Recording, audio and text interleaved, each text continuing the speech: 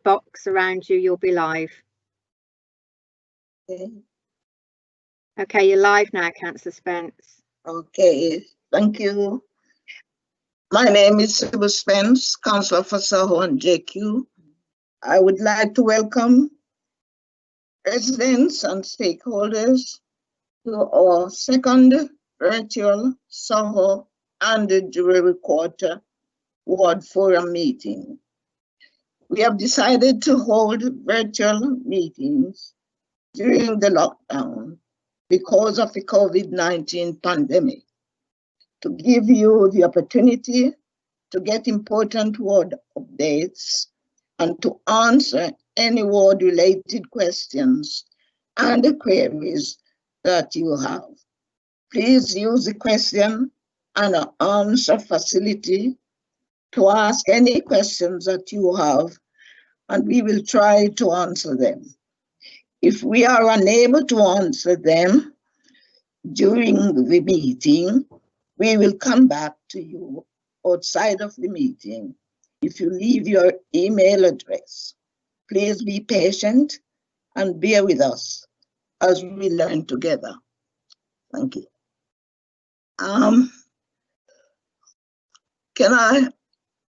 Item 2 on the agenda is notice of recording.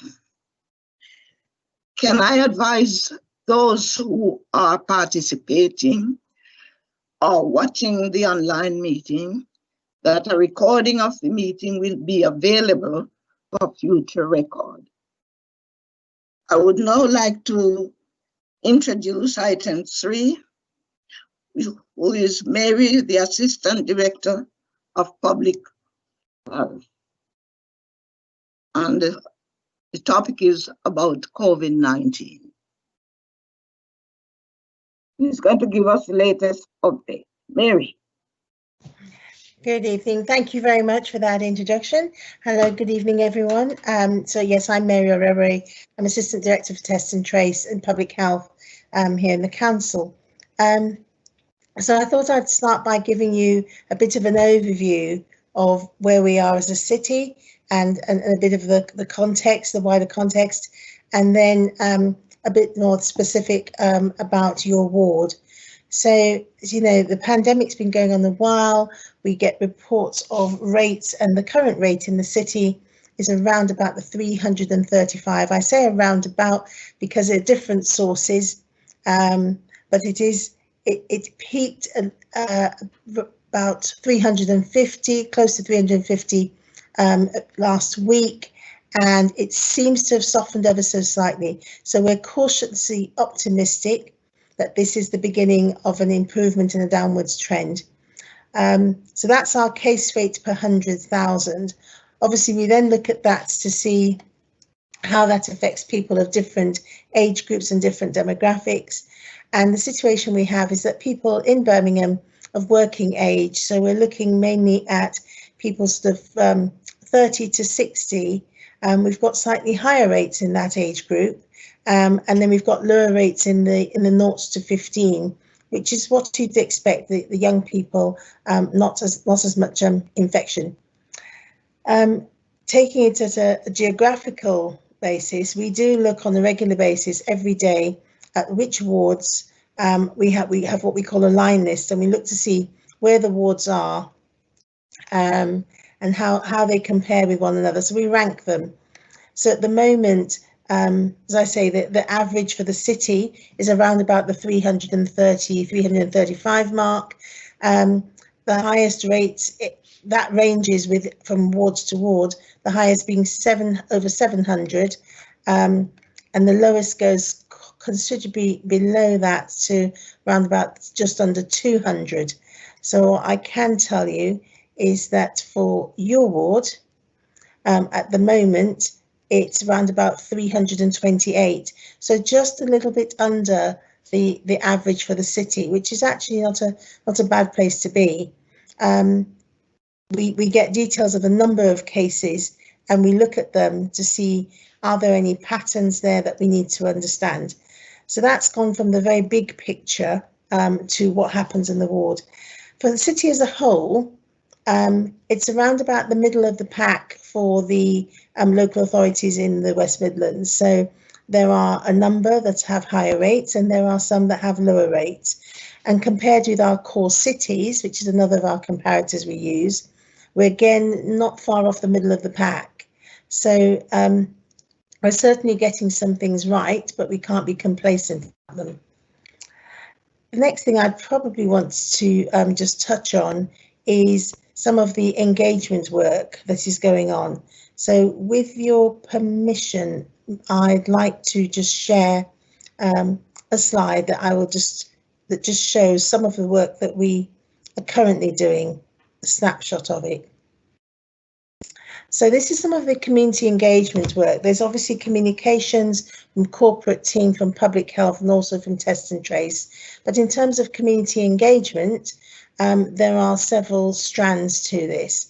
So there's what we do in terms of communities of place, and that's engaging with people in place. So that would include things such as this, the Ward Forum, but also some of our faith groups, black churches, mosques, but we also do an interfaith group that mixes that up a bit.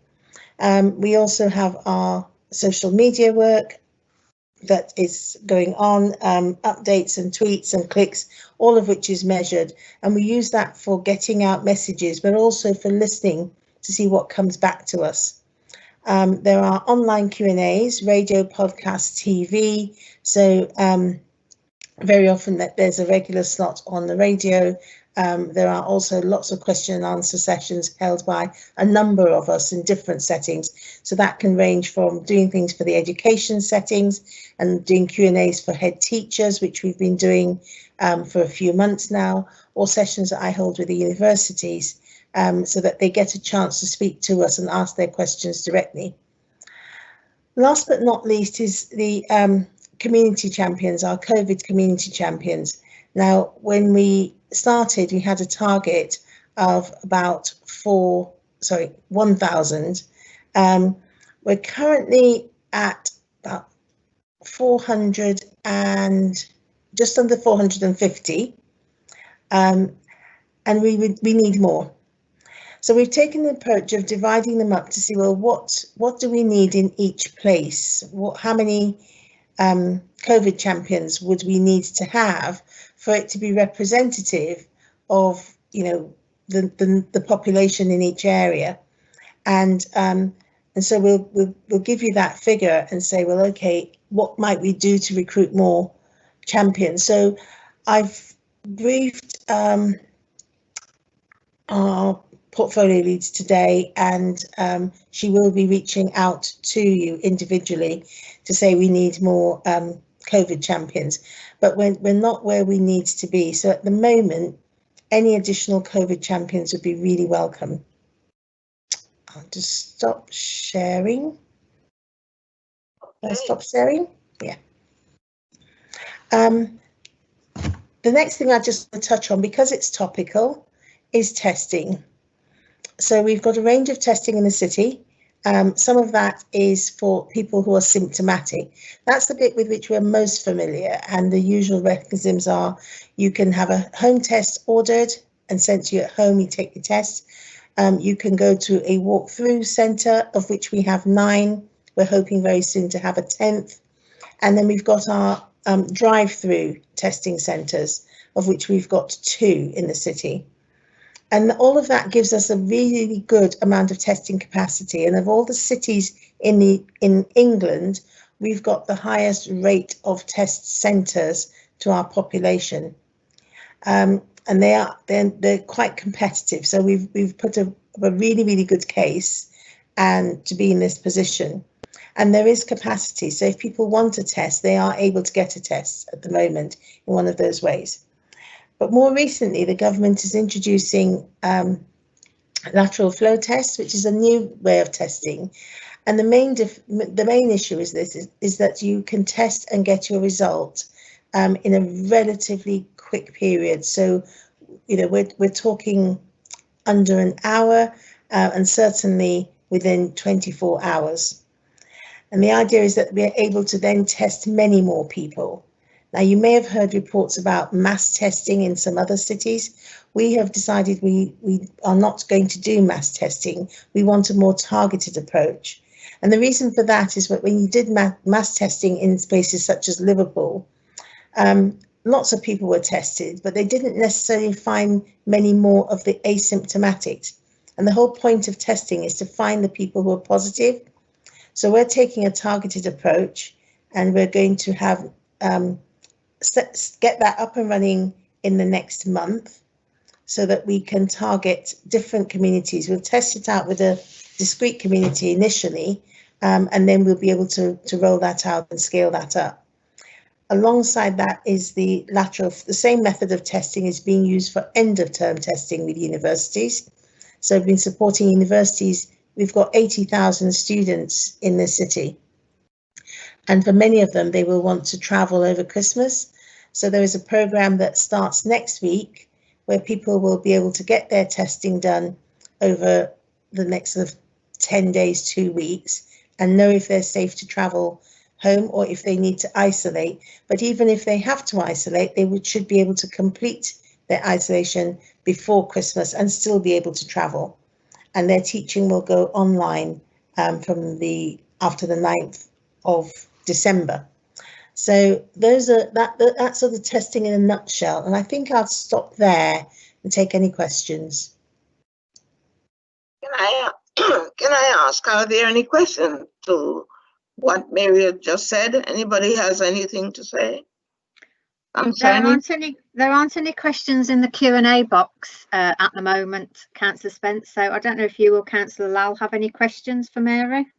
Well, I would like to ask, where are the location of the drive-in centres? Oh, okay.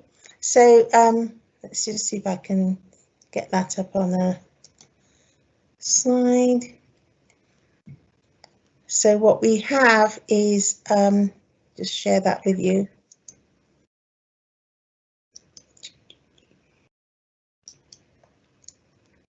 Right, you should be able to see our test locations here. So at the moment we have one that is at Aston. It used to be at the Tower Ballroom, and it's recently moved to Aston. And the second one is down in the south of the city, in the Longbridge area. Okay. But from the chart you just showed me here, it said one is at the Summerfield Community Sports Centre. Was it an old one? You don't delete as soon as it's moved? No. So we've got a list here of our walk-through facilities. So the walk-through facilities are facilities that people may drive to and park nearby, but you only walk through them. So you have to come out of your car, and you can, if you don't have a car, they're equally useful. They're quite different from the drive-through. So drive-through we only have 2, whereas walk-through we have 9. Okay. Councillor Lala, have you got any question for Mary? Councillor Lal? Is he there or he's gone? Councillor Lal, I think your microphone's off. Yeah, I'm having a problem with my ID tonight, so no, I have no question to ask. The only thing I want to ask is what advice we can give to our agents post the December 2nd changes. Okay, yeah. We will know what tier we're going to be in next week. Well, whatever the tier we're going to be in, what advice can we give to our agent to be safe? So it's a really good question. The advice I would give to residents is that we need to continue to be vigilant and exercise appropriate caution. On the 2nd of January, we will still be in a pandemic. And even if things have improved, and it looks like they will have improved by then, even if they have improved, we will still be in a worse situation than we were, say, 2 months back. So whilst we are mindful of the holiday season and wanting to be in the best place we can be, we do need to continue to be vigilant. The spread at the moment, the main routes of spread that we are able to identify is through social contact. Some of that is in households, which is expected, but some of that is just individual contact between people, hence the restrictions that we have. And so we would advise that we keep to a minimum the contacts that we do not need to have. We continue to leave appropriate spacing.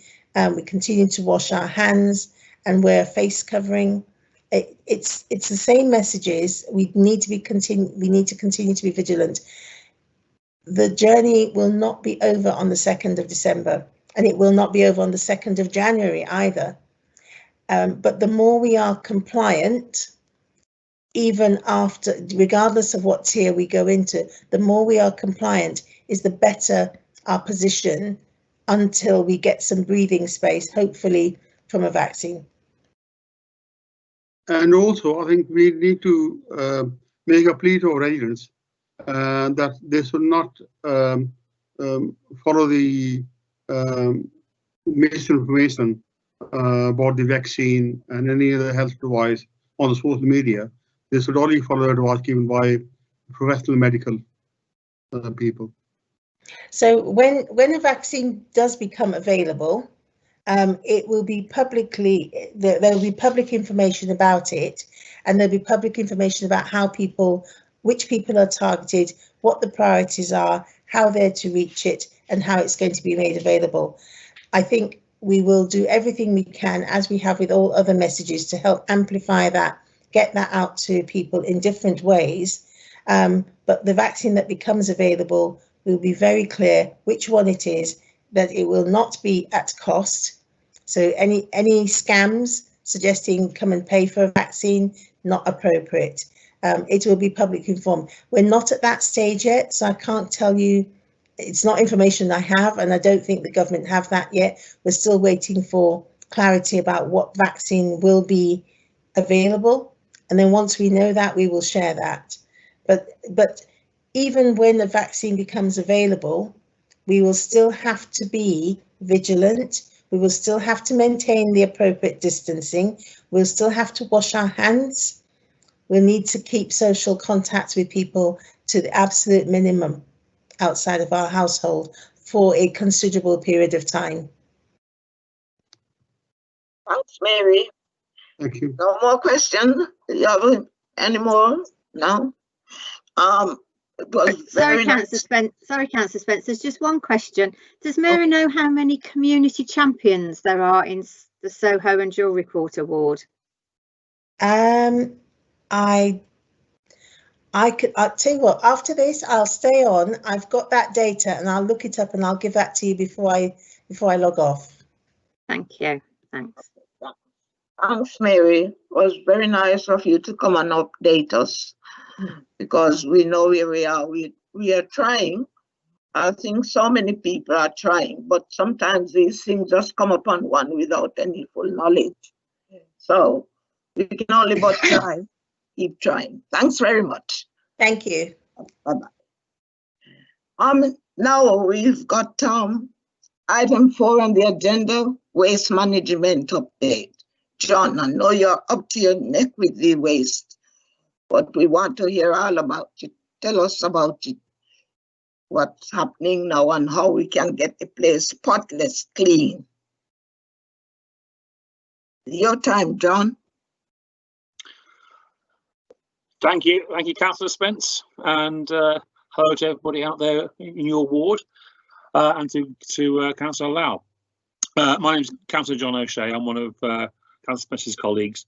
I'm the Cabinet Member for Street, Scene and Parks, which means I'm in charge of waste strategy, collection and disposal of our waste, cleaning the 3,000 kilometres of streets that we have, improving recycling, looking after pest control, plus our 591 parks, our play areas, games areas, fishing, outdoor gyms and allotments.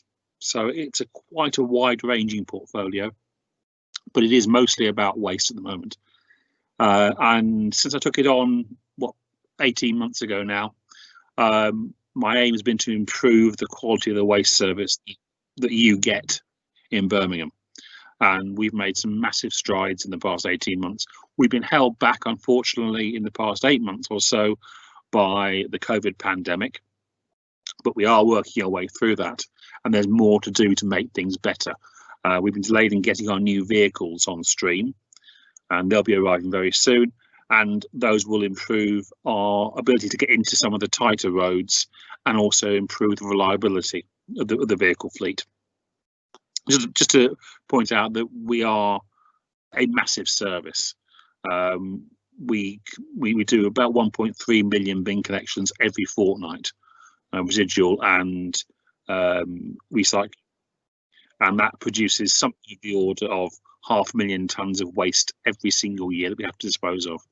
The Birmingham service is the biggest service in the country. We have 170 rounds out every single working day. So that's what we do. There's lots to do to improve it, but we have come a long way. We've improved reliability.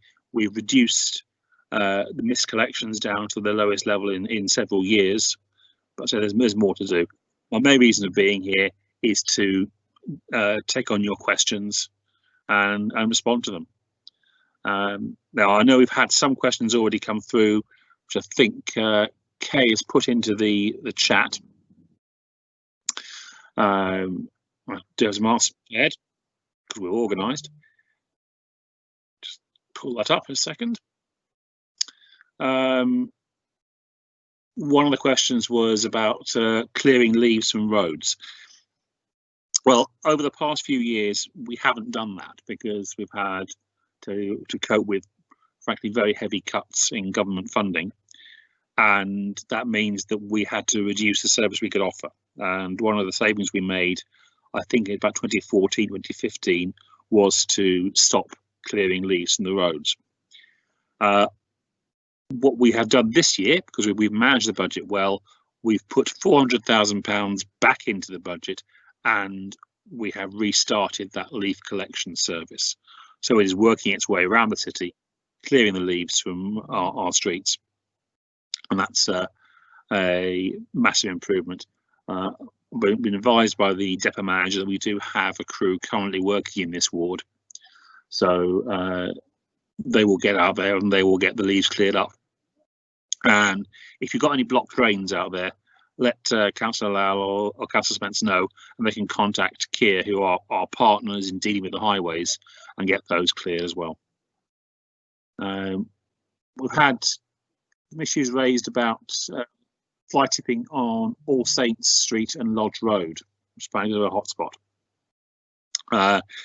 And again, the depot manager tells me they've carried out a lot of extensive work in that area. But the problem is the land there isn't actually owned by the city, and we are not required to clear private land of waste. But it's owned by RS Fabrications. What we need to do is to work with our waste enforcement team to try and get them to put pressure on the company to secure their land and to keep it clean and tidy. Another question we were asked was about providing a trailer for use by local community groups to remove fly tipping themselves. That's not something we'd like to pursue. I've had issues in the past with permits for our sites, and we struggle to monitor the waste that gets brought in that way. So what we ask is that people who want to work as a group to help clear up waste contact us. We can supply bags, we can arrange a collection of waste that you bag up, and we'll take it away safely. If you've got large amounts of waste to be removed that's been fly tipped, we have specialist crews who can do that. If you want to dispose of it yourself, we have our 5 HRCs, our 5 tips are open. You can book a visit to one of those and go within a couple of days. And of course, we have our bulky waste service, which is currently £33 for up to 10 items. And for example, 5 black bags counts as 1 item. So, any other questions? Or if Darren Share, my assistant director, wants to make any comments, he can speak. Councillor Shea, there's an extra question just come in from Brian in relation to your parks remit. you want me to read it out to you? Oh, the trees in Can you St Paul's Square. Trees in St Paul's Square, that's the one.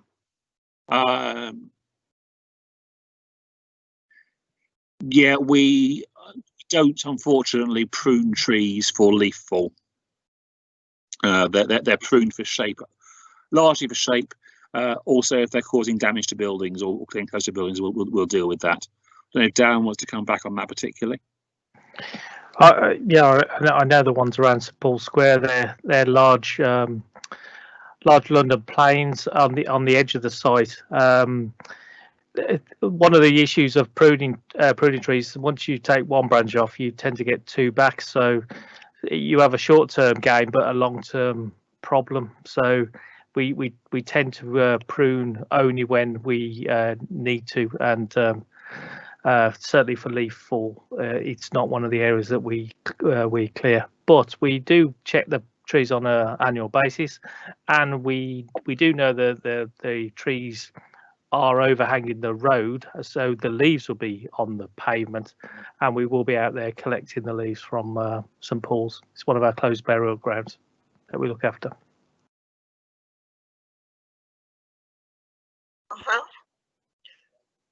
Any more questions? John, I would like to ask, you know, you have made a promise to Soho and JQ that we will be having a camera in order to spot the people who are tipping, because we have this great problem all the time.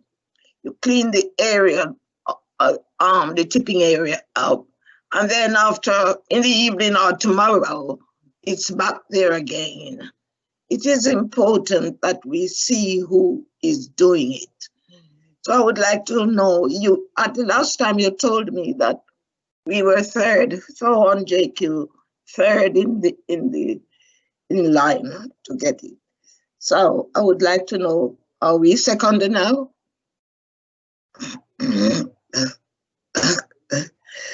Up to you. Yeah. Thank you. Of course, we had a very useful walk around your ward a few months back when we were allowed to get out of our houses. It was quite nice to get a wander around Soho and Jewellery Quarter. I have to go back to Darren. I'm not sure whether we've yet purchased the camera. It is in progress, and we will have some camera resources in place. And yes, we want to tackle that. We do enforce on people who fly tip. Only a few weeks back, a gentleman who decided that to dispose of some genuinely toxic waste. It was from a wheel manufacturing company. They used to strip metal, and they dumped a large container of that in Bromford, and they were fined £24,000 for doing that. Last month, we seized 4 vehicles from fly tippers, or alleged fly tippers. The cases are yet to go to court. But if we get the conviction and we get approved by the judge, we'll keep those vehicles, the vans and cars that have been used to fly tip across our city. I absolutely accept that we need to do more in enforcement, but we need some resources to do that, which again we were supposed to have in this year, but the pandemic has delayed us in getting that up and running. So that will come in over the next few months and into next year. But we will do more to tackle that, and we will start showing the people who really are fly tipping on your streets. I have to say, a lot of it is brought into the ward. There is a genuine commercial business in doing this, and you know, I say this to every meeting. If somebody comes to your door and charges 20 quid to take away rubbish, or does it free, it's not going to an approved site. It's not going somewhere it should go. It's going to end up on the streets of one of the places in our city. And the worst thing about it is these criminals, because they are criminals, they target some of our poorest wards.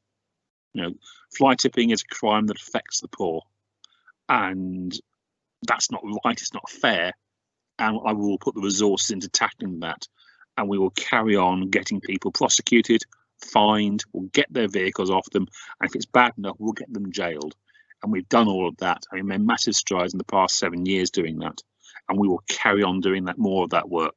We also need to tackle some of the more low-level stuff, and that's what we're going to do over the next year or so. So we will have cameras out there, and we will go to the hot spots across the inner city of Birmingham, and we will put pictures up there showing people who are dumping stuff on the streets. There is also a problem where we have some rogue landlords out there, and they were always the biggest users of the free bulky waste collection service. And what they'll do is, if they have a resident who is either thrown out or decides to leave the property, they will bring up a small van, load everything into the back of the van, and drive round a couple of streets away and just dump it on the roadside. It's awful, it's unacceptable, and we need to do more to enforce on that, and we will. Darren, anything you want to add? Just to confirm, we are in the process of purchasing a couple of extra cameras. So we have got some cameras that already that have been deployed around the city, but we are looking to increase that camera stock and also our enforcement team. So the enforcement team will have another 8 officers, hopefully the very early new year, so we could get more people out on the streets. Placing cameras around the city, we do have to work with the courts to ensure that we are putting them in locations that have been approved. So there is quite a long drawn out process that we have to go through to get those cameras there, but we are looking to try and make that actions as quickly as possible to improve and get people to stop carry out this illegal activity. What is embarrassing to us as councillors in this area is when the list of wards are shown out, are written down, and they say which is the dirtiest of all these wards. Soho and JQ always come top of the list. It's very embarrassing. And this is why I would like the camera to show the people when they go to tip, they must see themselves tipping in it. That sort of camera, see themselves tipping, and we also can see, neighbors can see them, everybody, and see the numbers of the car, the number plates, so that they don't get away with it. I know there's a funny thing, people don't want to go to court because they live there and their neighbors. One Sunday morning, one girl rang me and told me that she saw the gentleman tipping out and she ordered him to pick it up, and he wouldn't. He got confrontation together, and they were there for quite a while arguing. And she said to him, all I want you to do is to take it up. I am not going to report you, but I want you to take it up. And to the end, he took it up. But it's only because she saw him. How many people have not seen? It is important that we do something like the camera, because I stood at a corner when I do the walk around in the ward many times, and I saw this lady came out with a black bag, and they had just picked up the rubbish, and she put the rubbish down.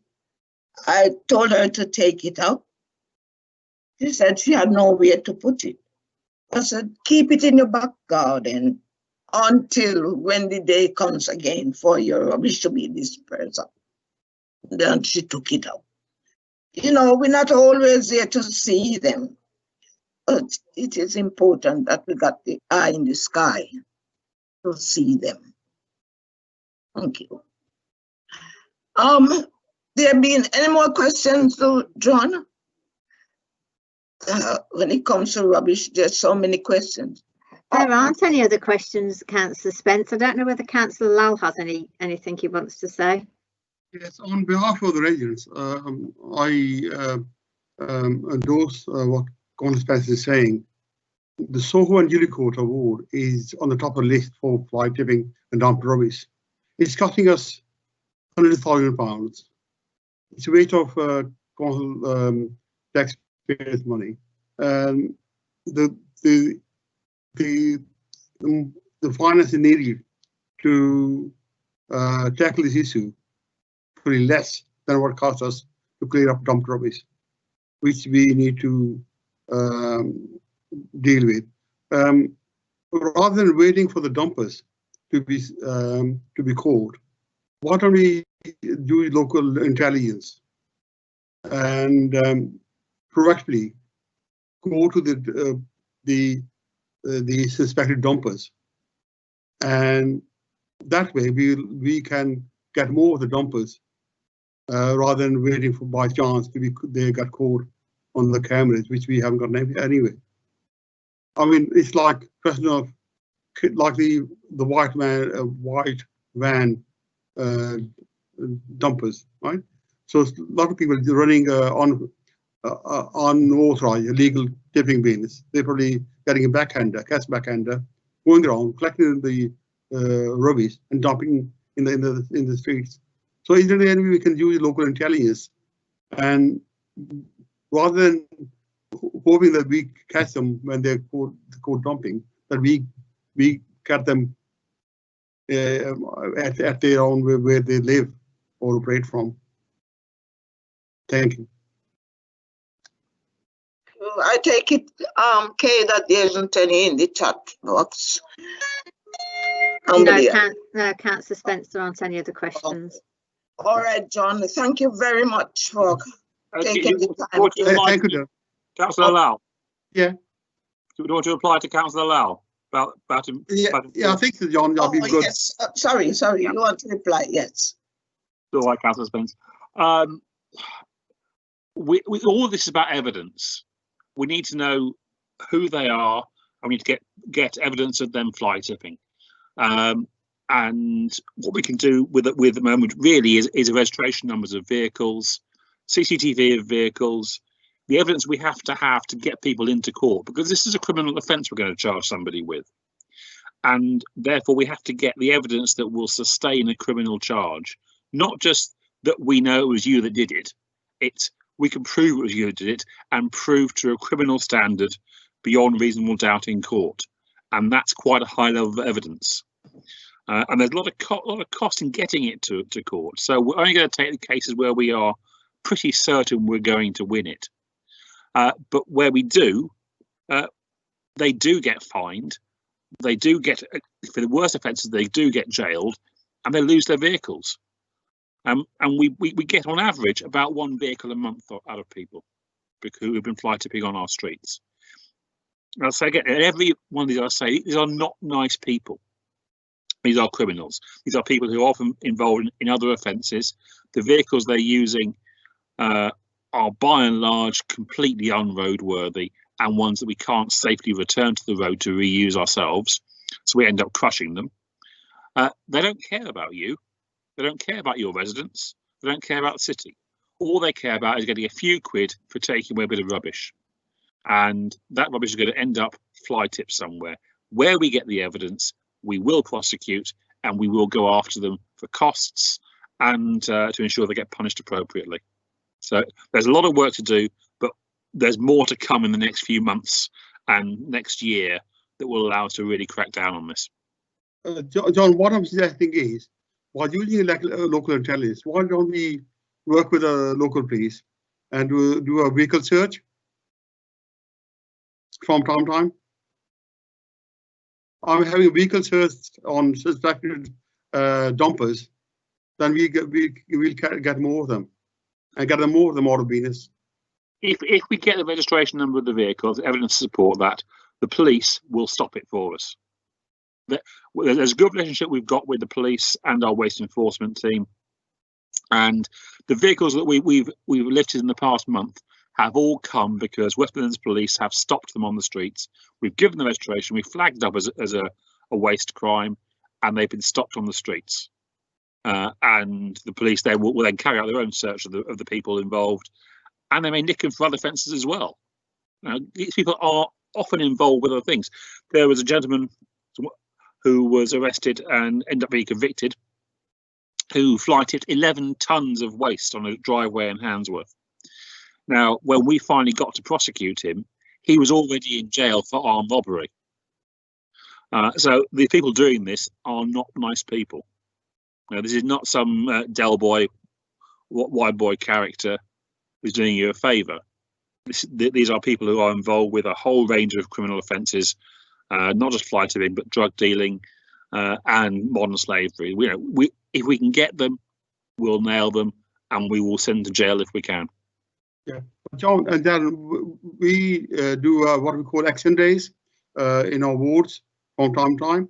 Perhaps this could be part of our action day with the police, with our environmental enforcement, to do a stop and search on the day, on the suspected areas. Yeah. Can I jump in there? Because absolutely, we're very, very keen to get involved in that, and we have had all out days and action days where we've involved not only our waste enforcement team, but we've worked with Kia and their teams, and also parking enforcement as well.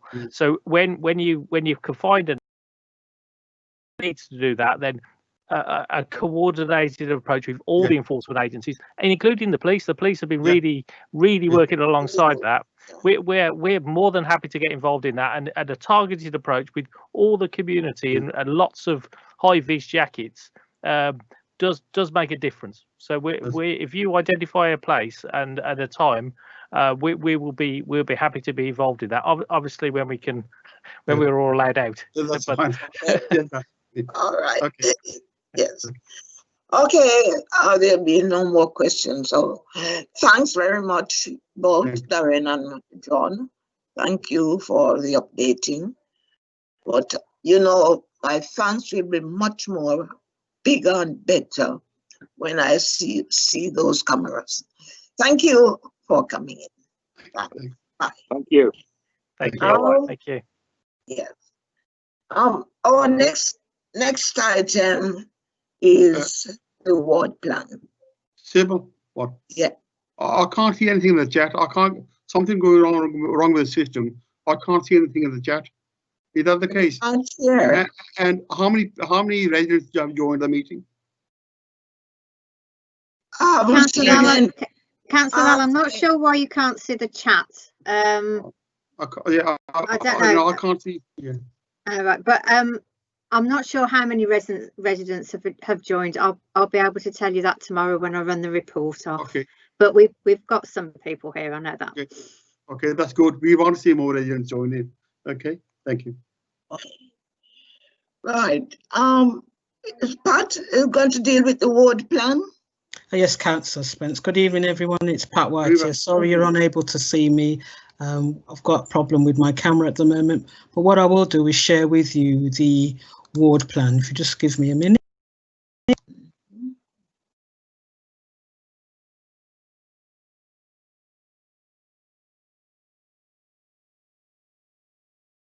There you go. Can you see the ward plan? Yeah. Right. Yes. Yes. The ward plan following your meeting on the 30th of September has been revised, and we had some comments back from some of the local residents which have been included in the ward plan, particularly around street cleansing, and also, so I'm scrolling a bit fast, around housing. It's just to say that it is a working plan, and there are more details to be added, but as it stands at the moment, if members, Councillor Lal and Councillor Spence are happy, we can now upload it onto our website. So it is a working plan, and it will alter. There were suggestions about setting up a neighbourhood management team, so those we will look at in great depth when we can come out safely and convene a meeting to explore some of the priorities and some of the ideas that have come from people's input.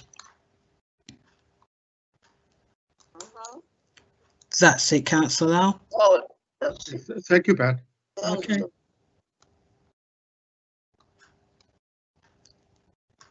Chairman. Have you got, Chairman, are you talking? No, no. You want to go first?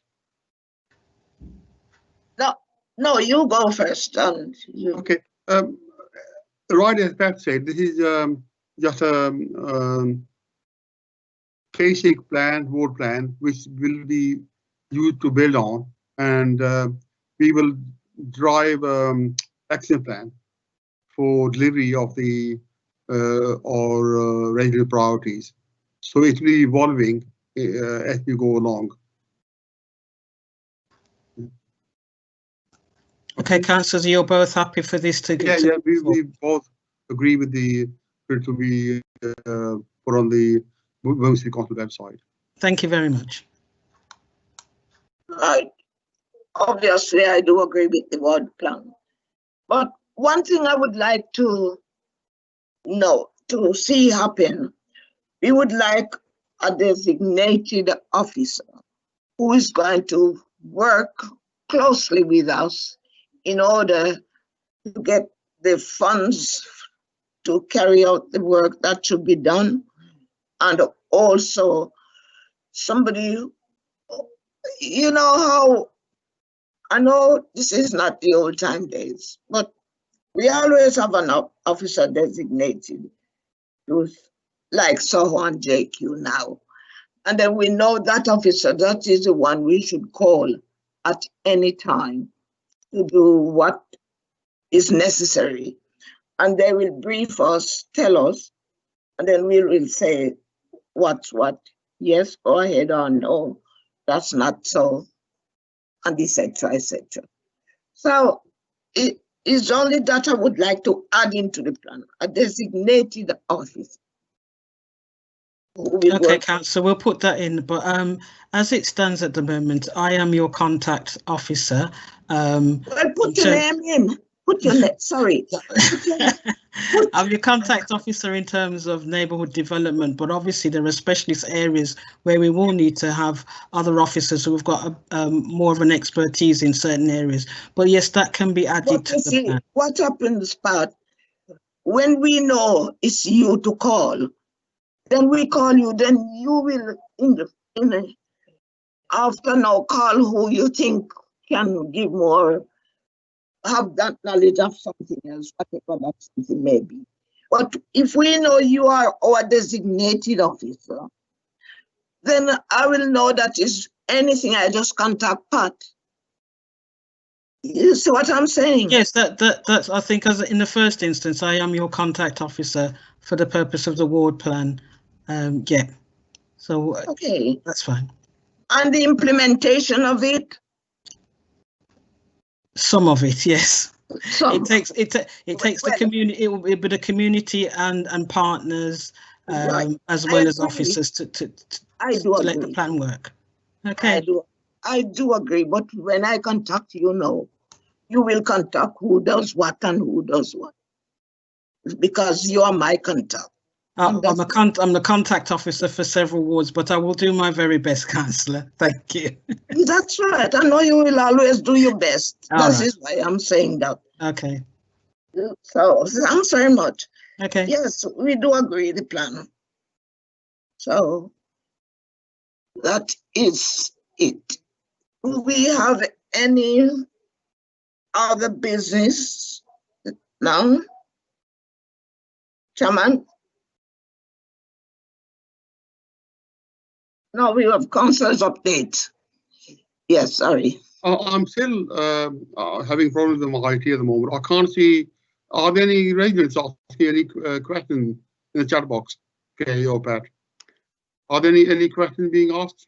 No, that not on the ward plan, no, Councillor. No, anything else? I can't see anything. We had some questions for Councillor O'Shea. He dealt with those. Yeah. Okay. And I think we had a question for Mary when she was doing her update as well. So we've dealt with those. Okay. Okay, but I think we're on councillors' updates now. So if you've got anything to add.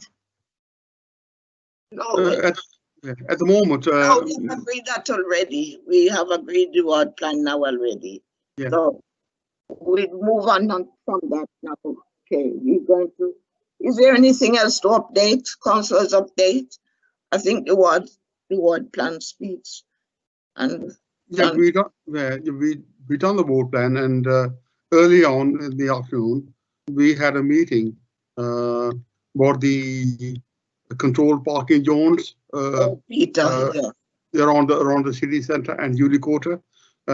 Some of our areas around Jewellery Quarter would be affected by it. So we are going through the draft CPZ areas. It's a controlled parking, which are in other words means residents only parking, which being considered at the moment as part of the clean air zone. But this will be subject to public consultation. So when the council is ready, the public will be engaged for their views. Thank you.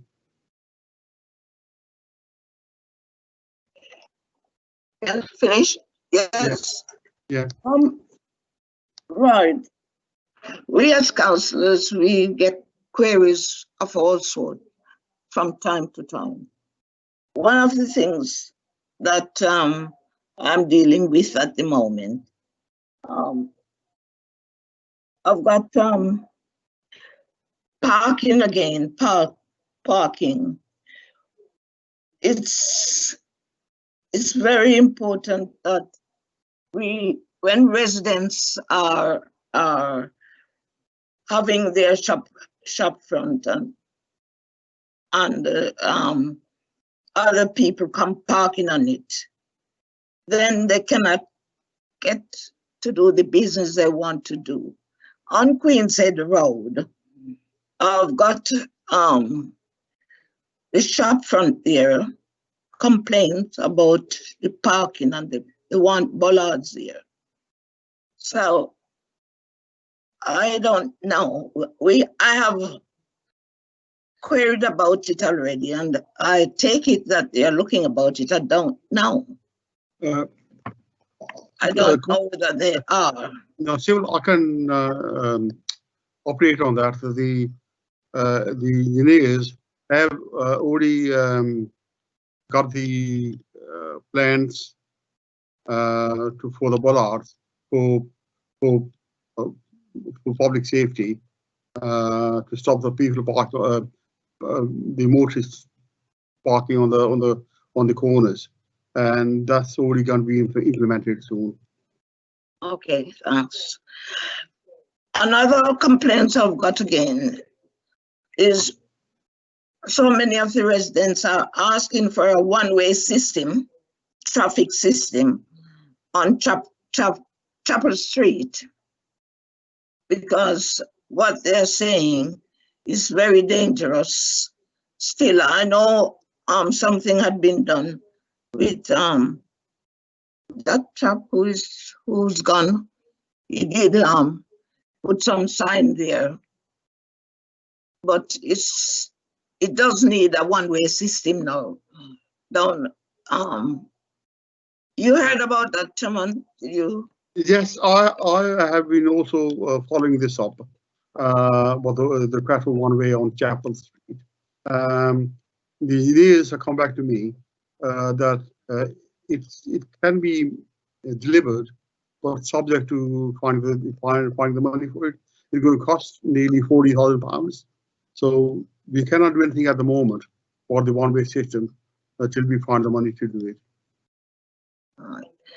Another one I've got again.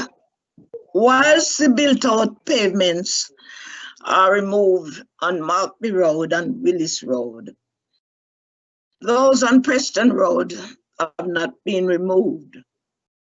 And that being so, the rubbish continue to pile on the front of the built-out on the built out where on this sidewalk. So it is important that we get those built out move off the pavement so that the rubbish can be seized. Because every other day I got either email or a complaint about rubbish on Preston Road. I didn't bother to say that to John because those built out on the pavement needs some trees and planted there, needs to be removed before we can cease. As long as the trees the built out is there into the street, then the rubbish will still come on pile. So I did want to get that done as on Markby Road and Preston Road. I can update you on this to the residents that we prioritize the removal of the tree build outs. We are not removing any build out with the tree. We obviously want to protect our trees, but with these build outs with all the trees, they have been removed in Village Road and Markby Road, and I have requested the highway engineer to get these treeless build outs removed next. So they are already being put forward in our ward priority. Okay, I think that's where it ends. There, is there anybody hanging in the wing? Okay. No, Councillor Spence, we haven't got any other. We have had a response from Mary though, from Public Health, about somebody asked about how many community champions there were in the Soho and Jewellery Quarter ward, and currently there are 5, and the number should be around about 24. So if there's anybody who wants to volunteer to be a community champion, please get in touch. Okay. All right. Well, I think we've come to the end of the agenda. You know, no further business on the agenda. No other residents coming on the chat. So I now declare the meeting closed. And thank you very much. I would thank you the pattern care and all the residents and everybody else who joined me and the officers for joining this meeting.